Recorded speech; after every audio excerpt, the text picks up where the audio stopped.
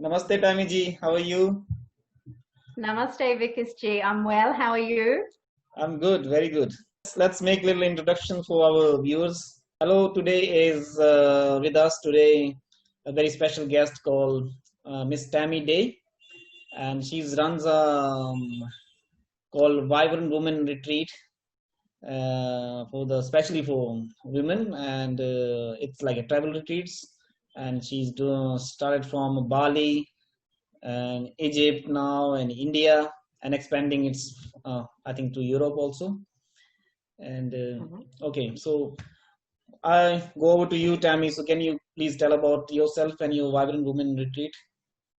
Yeah, I started running retreats, which are a little bit different to a sightseeing tour, in Australia and Indonesia and Thailand, a few different places. And then over time, these retreats just sort of expanded to become, I still run retreats as we're doing, spiritual retreats in Dharamshala. But some women asked me to, because I have a lot of repeat guests, and they don't want to do the same thing again and again.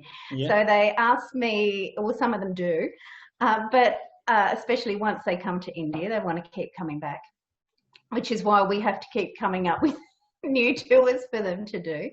So this is our third tour. We've got 3 different ones that we run in India now.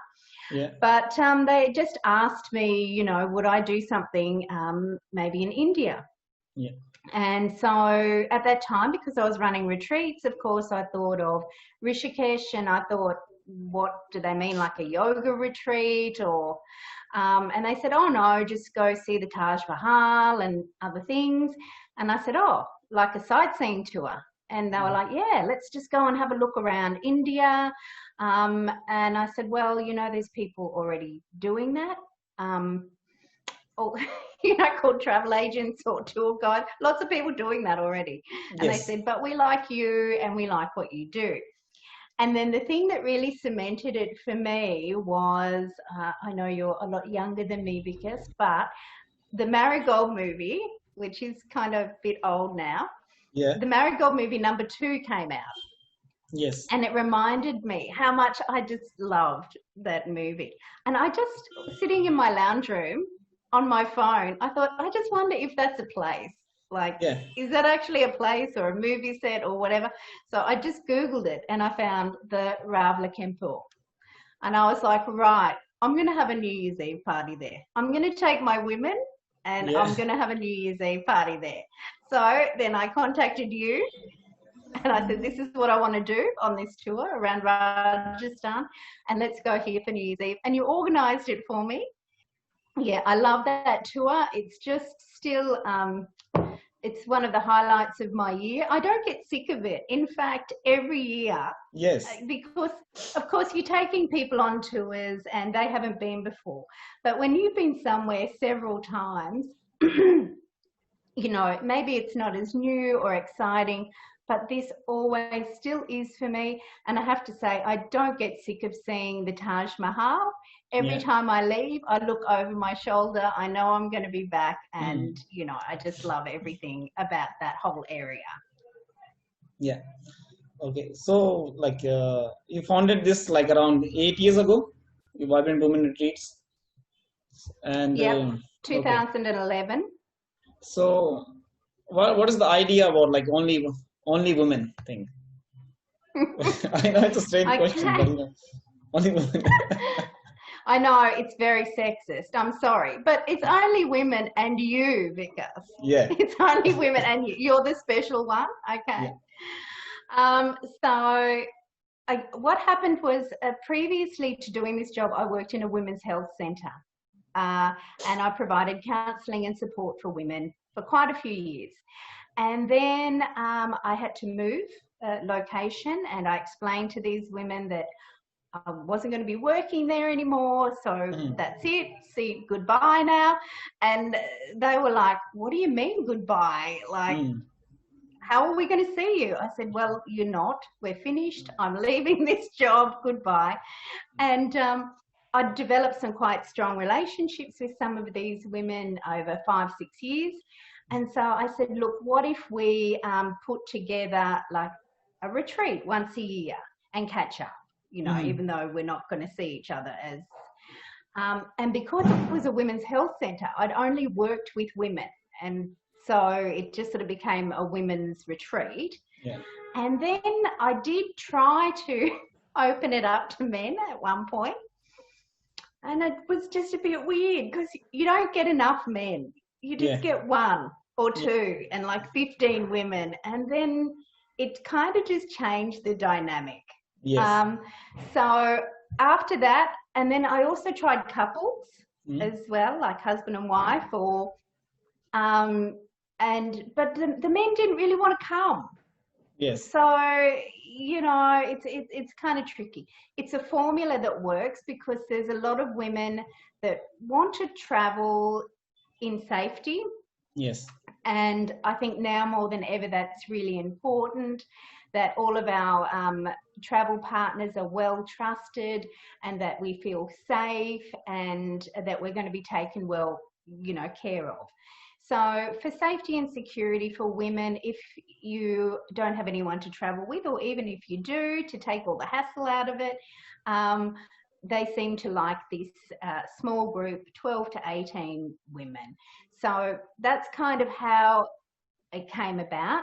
I'm aware that it is sexist, discriminatory against men, but I love men and I don't want you to miss out. We do love you, and lots of our guides are men. So yeah, but that's how it happened. So it's just sort of stayed that way. Yeah, I think that works well. Yeah. So like you started India to like one tour per year 5 years back, and then you gone up to like 4 or 5 tours a year.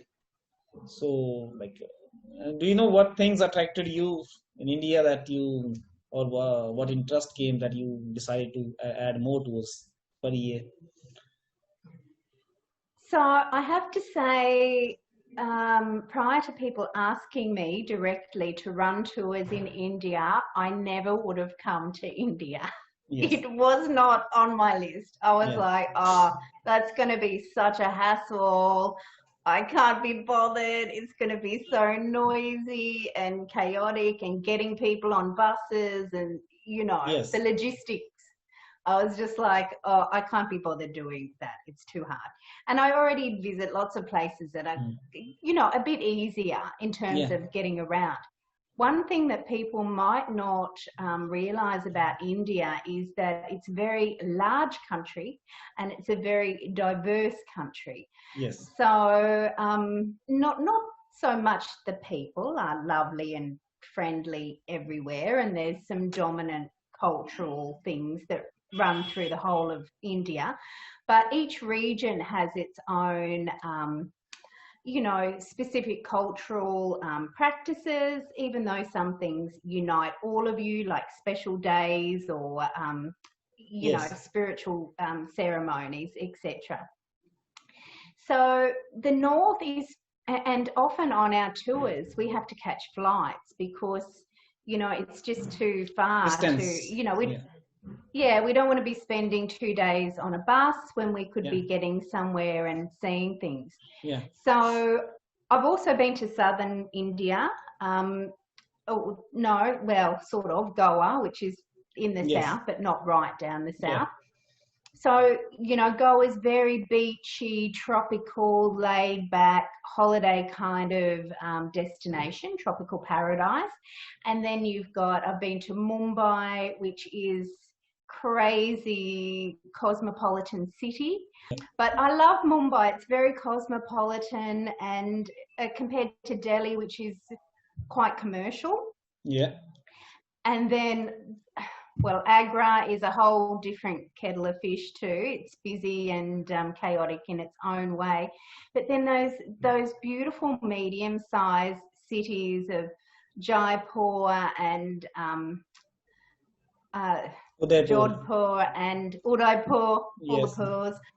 So they're quite comfortable, in terms of getting around, Yeah. and they're more historical and cultural, and they have their own unique selling points, like, you know, Udaipur with the lake palaces, and Jodhpur it's the blue city, and Jaipur being the pink city. So Yeah. they've all got their own unique selling points. And before you ask me what is my favourite Yeah. place in India, I can't say, because although I do like shopping, and I think Jodhpur could be my new favourite place for furniture shopping. Yeah. But to be honest, I'm quite taken with Jaisalmer. Yeah. It's very pretty. So this is Very the pretty. Golden City. Yeah. It's very pretty and so small. So you feel, and of course you found us that gorgeous accommodation that we use there. So the women are very, after we've had a night camping in the desert and then we come in there for the next night, they really enjoy having it. Feels like a little bit of luxury. And we usually have the whole hotel, because it's very small, to ourselves. So we take over, we have a henna party, and the restaurant we have to ourselves. So yeah, we just have a bit of a party that night. Yeah. So yeah. You came like last year to Dharamshala for a short period of time. Yeah. Yeah. And like you went to like look at the Miraj retreat, and you look at the Noblinga, beautiful Noblinga Palace and things. So like, how do you like Dharamshala? Like it's a small little town. Hardly people knows about Dharamshala. I actually did a course by the Mudita Institute in Dharamshala like 15 years ago. Okay. So I don't know how long that place has been there, but for a while. It was just like a bit of a, they sent you the materials. It was an introduction to Buddhism. It might have even been longer than that. And I remember reading all of these, this information, and just trying to expand my knowledge about Buddhism. And I was at the beginning of that, and thinking about the Dalai Lama and that he was residing there in exile. And I remember thinking at the time that it was such an exotic and mystical, mythical place. And I thought I would never get there in my life. It just, this is before I had a travel business, and I didn't travel very much.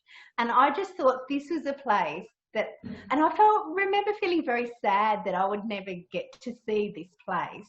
But why, how would I get there? Why would I go there? And it was beyond me. It was beyond my wildest dreams. So I know lots of people have bucket list items, and when I take people to Egypt, yes, the pyramids is one of those things, you know, those big ticket items. But really for Dharamshala and McLeod Ganj, for me, was really just something I never thought I'd experience. So it has that beautiful energy attached to it. It's scenically lovely. It's very peaceful. Yeah. And of course, all of you guys are there. So, you know, we get to see you, and people who've been on tours with us, of course, love you and like to connect with you in a way that's in your hometown, in your home place, you know, like Lalu. You know, this is your environment, so you know everybody, you get stuff done here.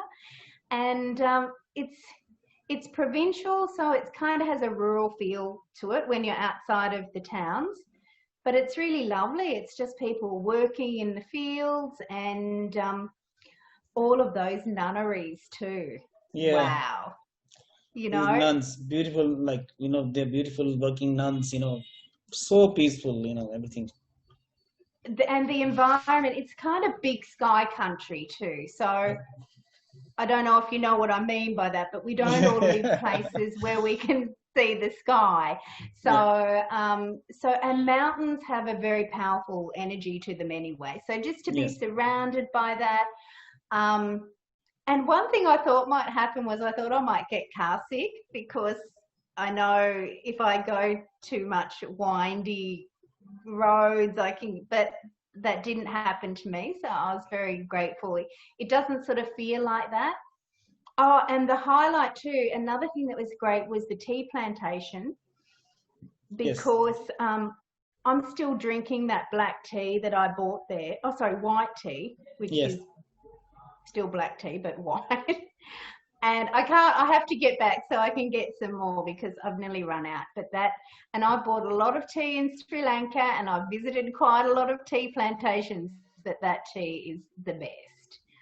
So, yeah, Dharamshala is certainly a place that's worth a visit, and in particular, the Norbalinka Institute, which is keeping alive the arts and culture of the Tibetan people through their struggle, which has been ongoing now for, I don't know, but a couple of generations, I think.